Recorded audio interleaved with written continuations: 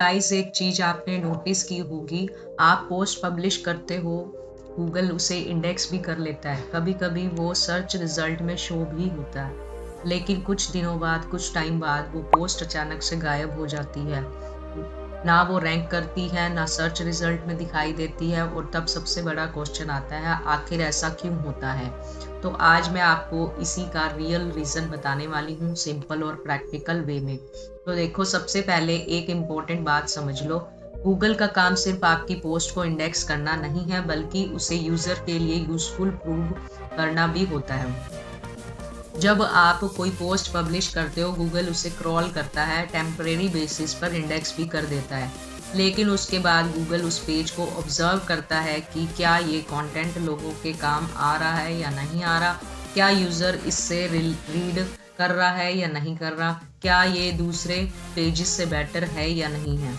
और यहीं से गेम शुरू होता है। अगर गूगल को लगता है कि आपका कंटेंट स्ट्रॉन्ग नहीं है, जैसे कंटेंट थोड़ा है, प्रॉपर इंफॉर्मेशन नहीं है, अच्छे से इंटरनल लिंकिंग नहीं किया गया है, या किसी और वेबसाइट से कॉपी पेस्ट किया है, तो गूगल धीरे धीरे उस पेज को इग्नोर करना स्टार्ट कर देता है और एक टाइम के बाद वो पेज इंडेक्स से रिमूव हो जाता है। अब सिर्फ कंटेंट ही रीज़न नहीं होता, कभी कभी प्रॉब्लम यूज़र बिहेवियर से भी होती है। जैसे कोई यूज़र आपकी वेबसाइट पर आता है और बिना कुछ पढ़े तुरंत बैक चला जाता है, तो गूगल को सिग्नल मिलता है कि शायद ये पेज हेल्पफुल नहीं है। इसी तरह के और भी कॉमन इश्यूज होते हैं, जैसे कि डुप्लीकेट कंटेंट। अगर आप एक ही कंटेंट लिखकर पोस्ट कर देते हो, लेकिन उस कंटेंट का मल्टीपल यूआरएल क्रिएट हो जाता है, तो गूगल कंफ्यूज होता है और वो सिर्फ एक ही वर्जन को रखता है, बाकी सभी यूआरएल्स को हटा देता है। और कुछ केसेस में टेक्निकल प्रॉब्लम भी होती है, जैसे गलती से पेज पर नो इंडेक्स का टैग लगना, या रोबोट टीएक्सटी ब्लॉक होना, या कैनोनिकल सही से सेट नहीं होना। ये सब गूगल को रोग सिग्नल देता है। और एक इम्पोर्टेंट और फैक्टर है फ्रेशनेस। अगर आपने पोस्ट पब्लिश किया और उसके बाद कभी अपडेट नहीं किया, तो टाइम के साथ साथ उसकी वैल्यू कम हो जाती है और गूगल नए और अपडेटेड कंटेंट को प्रेफरेंस देने लगता है। इसलिए पोस्ट का गायब होना एक सिंगल रीज़न की वजह से नहीं होता, ये मल्टीपल सिग्नल्स का रीज़न होता है, रिजल्ट होता है।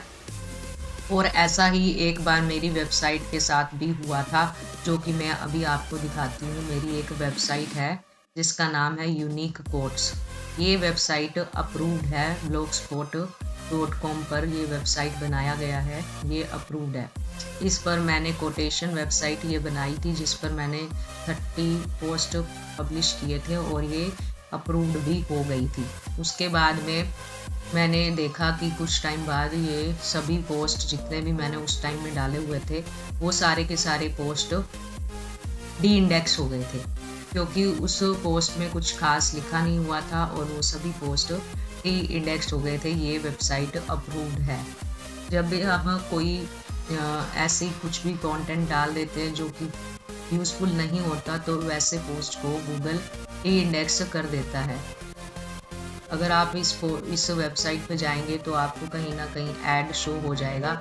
ये पोस्ट इतने अच्छे नहीं लिखे हुए, तो जिस पोस्ट पे अच्छा कंटेंट नहीं होता, उस पोस्ट पर एड्स भी शो नहीं होते हैं आजकल। तो आप मेरी वेबसाइट पे जाओगे तो आपको एक आधा ऐड शो हो जाएगा। ये जो भी मैंने वेबसाइट अप्रूव्ड कराई थी, अप्रूव्ड होने के कुछ टाइम बाद इसके सभी पोस्ट डी इंडेक्स हो गए थे। ये देखें, आप पेजेस में जाएंगे तो यहाँ पर एक पोस्ट इंडेक्स है, मतलब वेबसाइट यूआरएल इंडेक्स है, बाकी सारे डी इंडेक्स है। वैसे तो इस वेबसाइट पर मैंने पोस्ट बहुत सारी लिखी हुई थी, जो कि मैंने डिलीट भी कर दी है, ड्राफ्ट में डाल दी है।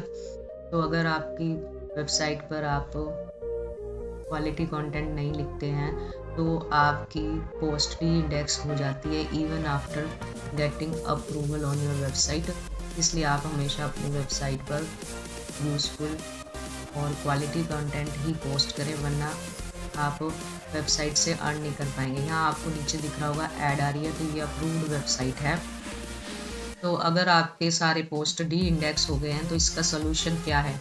इसका सोल्यूशन बिल्कुल सिंपल है, लेकिन कॉन्स्टेंटली फॉलो करना पड़ेगा। कंटेंट ऐसा बनाओ जो जेन्युइनली हेल्पफुल हो, थोड़ा डिटेल्ड में हो, इंटरनल लिंकिंग हो, बैक लिंक हो, किसी और वेबसाइट से कॉपी पेस्ट किया गया ना हो। अपनी पोस्ट को टाइम टू टाइम अपडेट करते रहो ताकि फ्रेशनेस बनी रहे। डुप्लीकेट यूआरएल्स को कंट्रोल करो और हमेशा क्लीन लिंक यूज़ करो।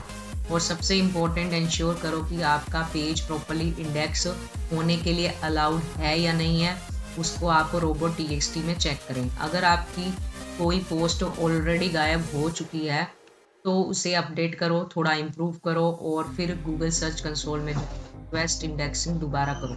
काफ़ी केसेस में वो पेज वापस आ जाता है। तो याद रखो, गूगल में इंडेक्स होना ईजी है लेकिन वहाँ टिके रहना रियल चैलेंज है। अगर आप चाहते हो मैं next video discovered currently note index पर फुल प्रैक्टिकल सॉल्यूशन बताऊं तो कमेंट में नेक्स्ट जरूर लिखना।